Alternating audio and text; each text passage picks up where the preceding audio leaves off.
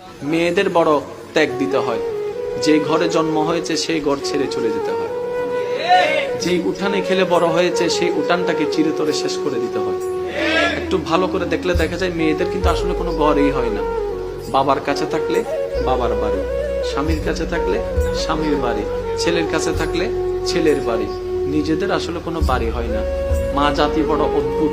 আমি মাঝে মধ্যে ভাবি, আল্লাহ যদি মা জাতিকে সবরের পাহাড় না দিতেন, পৃথিবীতে সংসার শব্দটা টিকতো না, পৃথিবীতে পরিবার শব্দটা টিকতো না।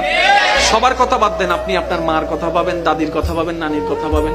আমাদের মা, আমাদের দাদি, আমাদের নানি যে ত্যাগটা দিয়েছেন, যে সহ্যটা করেছেন, ওনারা যদি অধৈর্য হতেন আজকে কারো পরিবার কিন্তু ঠিক থাকতো না।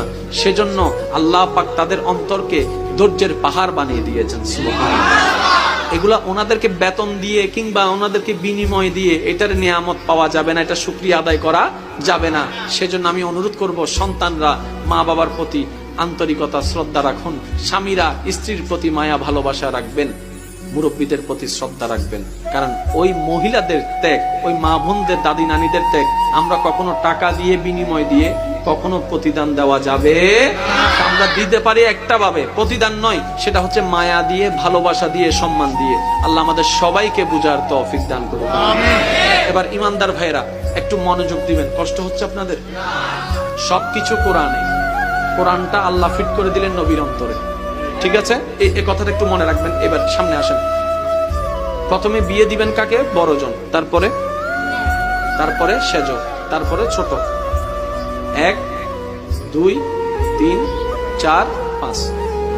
আমি আবার বলছি, একটু ইসলাম কি মারামারি শিখায় না মহাব্বত শিখায়? আপনারা বলেন ইসলাম কি মারামারি শিখায় না মহাব্বত শিখায়? ইসলাম কি হিংসা শিখায় না আন্তরিকতা শিখায়? আরে ইসলাম তো সেই ধর্ম, নবী রাহমাতুল লিল আলামিনকে যখন তায়েববাসীরা পাথর দিয়ে স্বাগতম জানিয়েছে, নবী রাহমাতুল লিল আলামিন বদদুয়া দেওয়ার বদলতে দোয়া দিয়ে ফেরত এসেছেন। সুবহানাল্লাহ।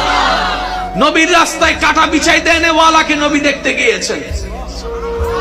আপনি আমি সেই নবীর উম্মত। আল্লাহর ওয়াস্তে একটু বোঝার চেষ্টা করবেন। প্রথম, দ্বিতীয়, তৃতীয়, বড়, মেজ, ছোট। বিয়ের সময় বড়, মেজ, ছোট, এই নিয়ম সহজে ভাঙ্গা। আমরা সবাই আল্লাহর বান্দা, আদম নবীর উম্মত, আল্লাহর বান্দা। বান্দা হিসেবে আমরা সবাই এক, কিন্তু উম্মত হিসেবে কিন্তু আমরা ভিন্ন ভিন্ন। এবার বলেন তো, উম্মতের ভিতর সবচেয়ে বড় ভাই কার নবীর উম্মত?